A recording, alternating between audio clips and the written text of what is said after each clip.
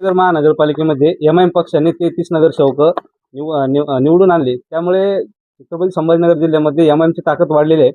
त्यामुळे गंगापूर तालुक्यातील लासूर स्टेशन हर्सूल-सांगवी पंचायत समिती गणामध्ये अजित भागत जाधव हे एम-आय-एमकडून उमेदवारी घेऊन निवडणूक लढवत आहे. तर त्यांच्या पक्षाचा विकास अजेंडा काय आहे किंवा निवडणुकीला सामोरे जाताना कोणकोणती कामे करणार याविषयी आपण त्यांच्याशी चर्चा करणार आहोत. भाऊ, या ठिकाणी लासूर हर्सूल-सांगवी पंचायत समिती गणामध्ये आपण उभा आहात. तर आपण जनतेसमोर जे जात आहे आज प्रचार शिगेला पोहोचलाय, तर कोणते प्रश्न आणि काय आपण पंचायत निवडून आल्यानंतर काय घेऊन जनतेसमोर जातो? सर्वात प्रथम मी छत्रपती शिवाजी महाराजांना अभिवादन करतो. विश्वरत्न डॉक्टर बाबासाहेब आंबेडकर व सर्व महान पुरुषाला अभिवादन करून मी आज पंचायत समिती सांगवी गणातून उभा आहे. एक विजन घेऊन उभा आहे. येत्या 20 वर्षापासून आत्तापर्यंत जोपर्यंत मी जेवढं कार्यकाळ बघितला, त्या कार्यकाळामध्ये जेवढेही पंचायत समिती सदस्य आहे, जिल्हा परिषद सदस्य निवडून आल्यानंतरसुद्धा काहीच कामं केलेली नाही. लासूर स्टेशनची एक मोठी बाजारपेठ आहे. गट आणि गण फार मोठा आहे. विकास कामे इथं शून्य आहे. आज एवढ्या मोठ्या बाजारपेठमध्ये सुद्धा सामान्य नागरिक इथं व्यापार करायला येतात. कोणी व्यवसाय करायला येतं, कोणी खरेदी करायला येतं, लग्नसराईमध्ये येतात.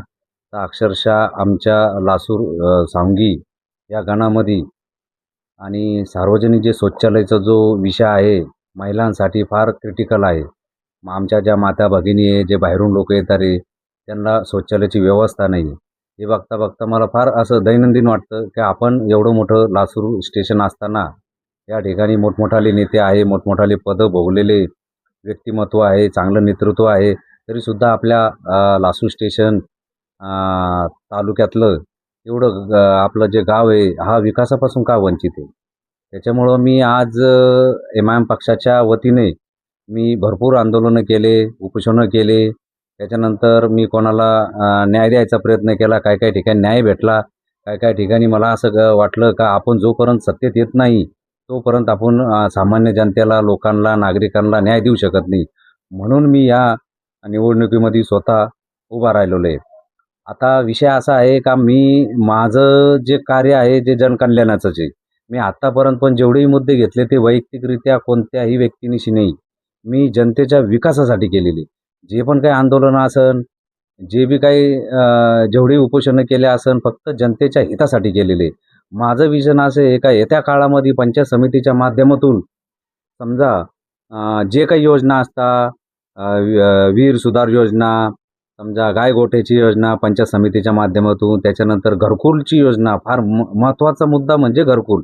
जसं भारताचं संविधान ज्या वेळेस निर्माण झालं, विश्वरत्न डॉक्टर बाबासाहेब आंबेडकरांनी जे संविधान लिहिलं, त्या संविधानामध्ये सर्वात प्रथम एका नागरिकाला, एका मनुष्याला, या मनुष्य जातीला सर्वात प्रथम जो अधिकार दिला, तो अधिकार म्हणजे अन्न, वस्त्र, निवारा.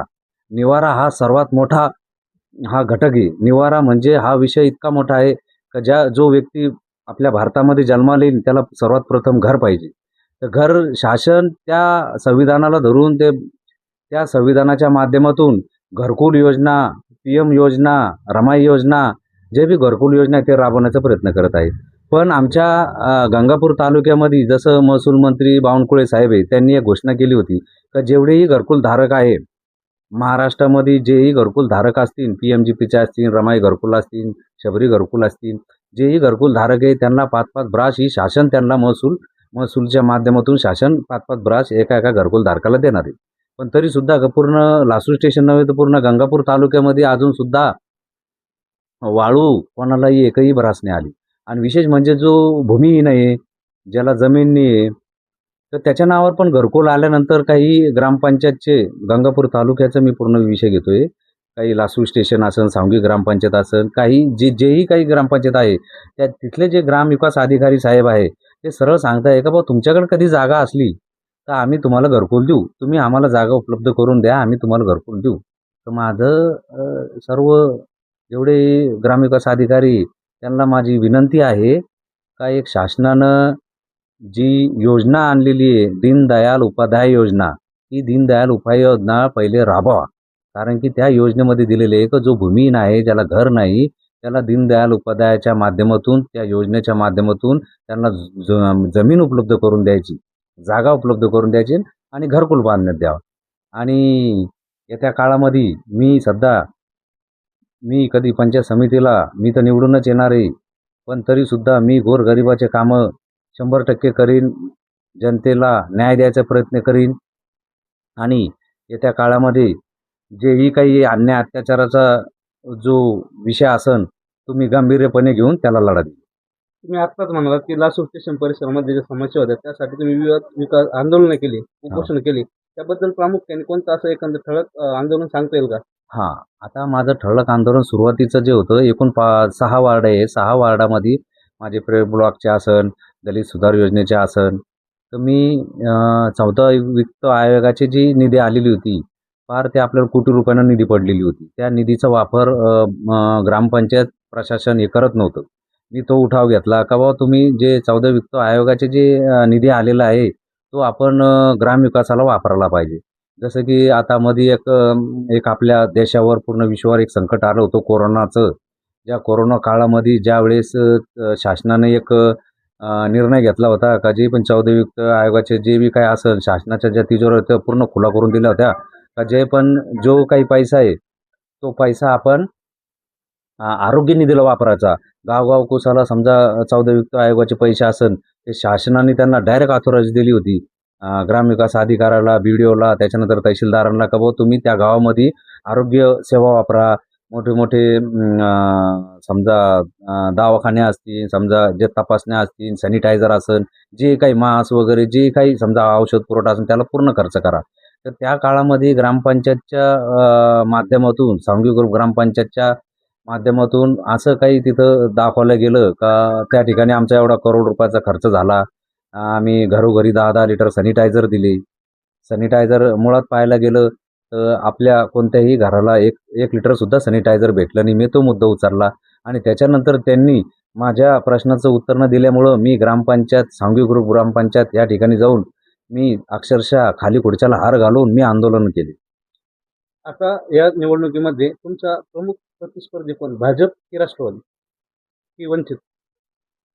माझा प्रतिस्पर्धी फक्त जो जनतेची सेवा नाही करणार आहे, तो माझा स्पर्धिक राहणार आहे समजा.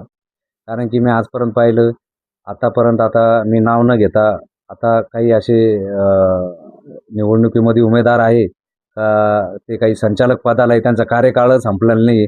जसं काही ग्रामपंचायत सदस्य आहे, अजून त्यांचा कार्यकाळ संपलेला नाही. असे काही उमेदवार उभे आहे का यांना आतासुद्धा ते रनिंग सदस्य आहेत.